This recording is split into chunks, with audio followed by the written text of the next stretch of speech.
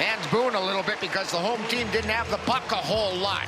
3-on-3 overtime has been a revelation ever since it was introduced back in the 2015-16 season. It brought an excitement to overtime that really didn't exist before when it was 4-on-4. The extra space that 3-on-3 allows for completely changes how the game is played, with many games in the early days of 3-on-3 OT resulting in constant rushes end-to-end for both teams.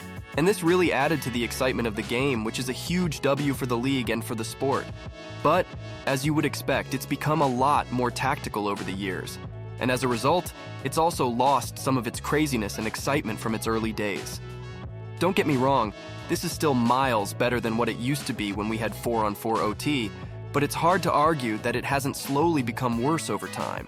And this overtime period between the Hurricanes and the Capitals is the perfect representation of what's wrong with 3-on-3 overtime today, and why some things probably need to change. This OT actually started pretty great, with 3 high-danger scoring chances within the first minute. It started with a 2-on-1 for Washington, where the Hurricanes netminder had to make a pretty nice save. This would then result in a 2-on-1 the other way, where Brady Shea would fan on a partial breakaway. And finally, Marty Necas would get this good look at a wraparound play which was foiled by Darcy Kemper. Things look pretty good, right? End-to-end action with some great chances both ways?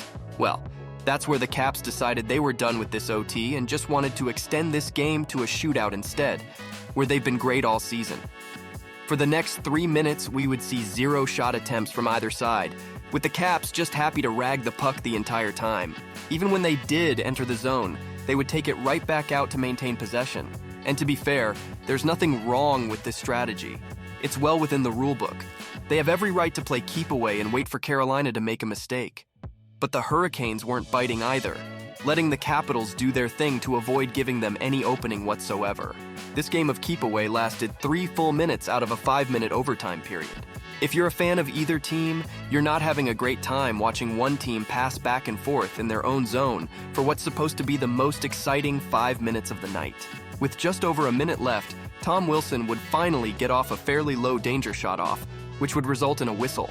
This bizarre OT would end with just 2 shots on goal.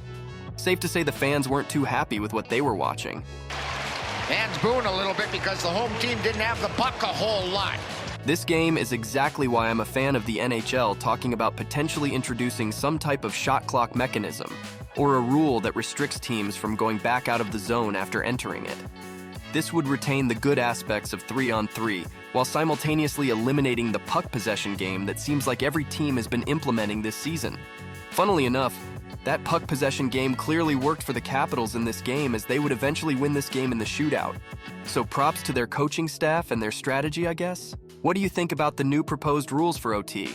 Are you in favor of implementing restrictions to avoid this puck-raggy play?